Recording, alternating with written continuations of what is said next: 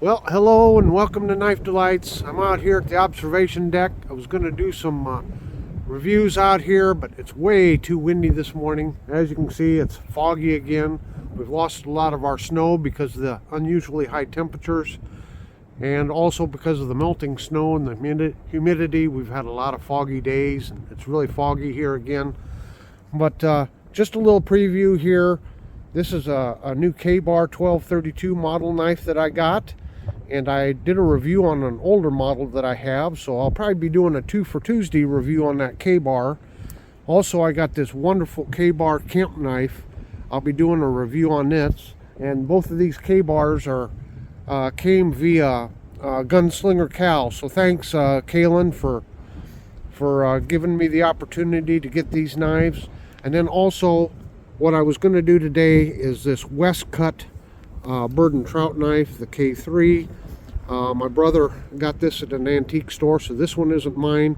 But I think what I'm going to do is go back to the International Recording Studio. We're going to clean this knife up, and then we're going to talk about Westcut knives. So we'll see you later, where it's a little warmer and not so windy.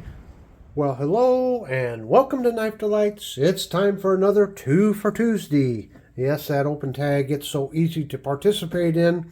Just grab a couple knives and start talking about them. So I invite all the channels to participate in 2 for Tuesday. And for those that have been doing the 2 for Tuesday videos, thank you so much for participating. I enjoy watching your videos every week. Well now, as you saw from the introduction, I had great plans last Saturday. And I got out to the observation deck and the weather just did not cooperate. And even after that, everything else seemed to go downhill over the weekend. So this is a little bit out of order. I'll be doing the Westcut knives at a later time, but we're going to start out with these two wonderful Kabar knives right here, and these are both the model 1232. Now, I've had this 1232 for several years, and I did a review on it. Oh, it's been about 2 years or so ago. 2.5 years ago. And this was a knife that was found and then given to me. And we see this one here. This model here says Kabar. Let me see if I can read it here. And then underneath it says Cleveland, Ohio. And then 1232. And on the pile side, it says Stainless, Japan. So this knife here was made while Kabar was owned by, who was that? Oh, Cole National. Yeah, Cole National Corporation owned them. And they had a Cleveland plant from 1966 to 1982. And folks, do your own research, but my old research here, I think it's correct, but someone believed that these knives here that were made in Japan for Kabar, that the Tak Fukuta, that the person named Tak Fukuta made the knives for Kabar in Seki, Japan. So prior to Cole National, Kabar was owned by Robeson Knife Company. And it has a long history, and there's several different iterations on the Kabar company. It's quite fascinating, but I won't get into all of that here today. Currently, the latest information I have now that Kabar is owned by Cutco, and they share manufacturing space in Olean, New York. So this model here, again, was probably made between, well, this line, the 1232, was first introduced in the mid-60s. And so it's somewhere from the mid-60s until 1982 to date this knife. So now we look at this one. Of course, this one is very used. And it's actually the spacers are getting loose. Then we look at this one here. And this model here says Kabar 1232 USA. And there is nothing on the pile side. So I believe that this one was made while Kabar was owned by American Consumer Products. And American Consumer Products was out of Solon, Ohio. So, two versions of the same knife. And this one appears to be almost like new old stock. It's pretty much in mint condition. And we can see the difference in the leather. This one, of course, it's been used heavily, exposed to the elements, as opposed to this one here. So you can see the white micarta spacers are still white on this one, and they've yellowed on that one. Then you got the yellow, or the red micarta spacer in between. One of the things that really jumped out at me is these are finger grooved. But we look at the finger grooves on the older one here versus the new one here. And you can see those finger grooves are much wider on this one, and they're a little deeper. So let me see if I can get that up there so you can see them better. Get a good comparison here. You can see the difference in the finger grooves.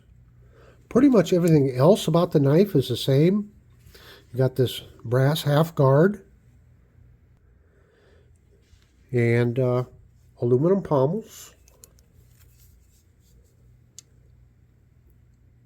Pretty much the same size, it looks like to me. One other little difference that I seem to notice, and I tried to measure it, I don't have calipers, but just using, the measuring tape. This older one here on the left, it looks like the stock, the bar stock is a little bit thicker. The blade's thicker on the older one than on the new one. Seems to be, much thinner blade stock there. There's a good close-up match-up. Now this one's been used and quite a bit has been sharpened off of it, but it's pretty much the same blade shape. And they're both hollow ground here. See if I can see that there. Seemed like on this one it went up further. And this is kind of a shallower. But it might just be the difference because some of this blade is wore off. But yeah, pretty much the same knife. But I just love this rich leather work on it. And this newer one here.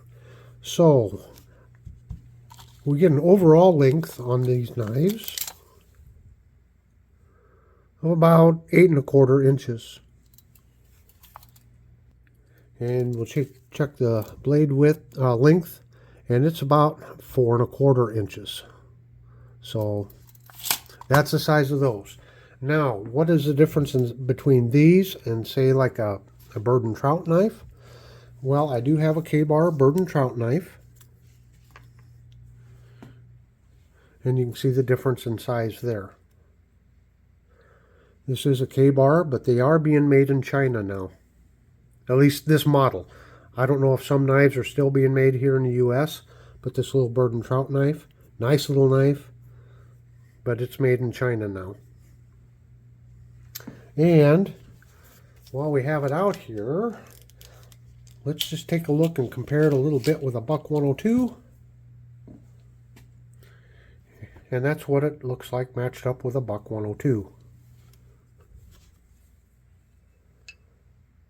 Pretty much the same, isn't it? Or almost the same length. This has much more of a clip point. This has more of a, it's got a slight almost drop to it there, but it's not a full clip point like on the 102. But that's kind of how they match up. Well, I hope you've enjoyed this review. Down here in the bottom right-hand corner, I'll be putting a copy of my playlist. Down in the center there, the big round knife delights. Why, punch that if you'd like to subscribe. And down in the lower left-hand corner, well, that's just the next video YouTube thinks you should watch. So until next time, have a very delightful day.